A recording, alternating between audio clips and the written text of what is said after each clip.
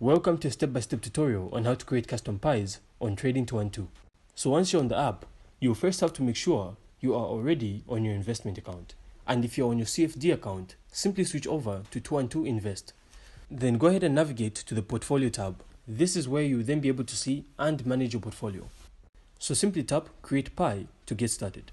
You can then choose an already made pie or build a custom one. So go ahead and choose Build a Custom Pie. Then next, you then have to add instruments such as stocks or the ETFs you would like to add in your portfolio. So simply browse through stocks, ETFs and your watch list to begin your selection. So let's try adding a few stocks.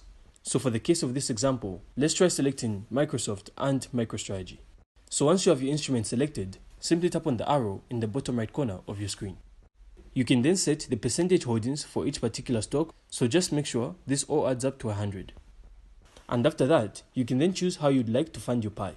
So simply choose between the auto invest, which allows you to automatically deposit your funds, or the manual option, where you'll be required to invest manually using the free funds in your account. So if you're not sure yet, you can go for the manual option and set up auto invest later on.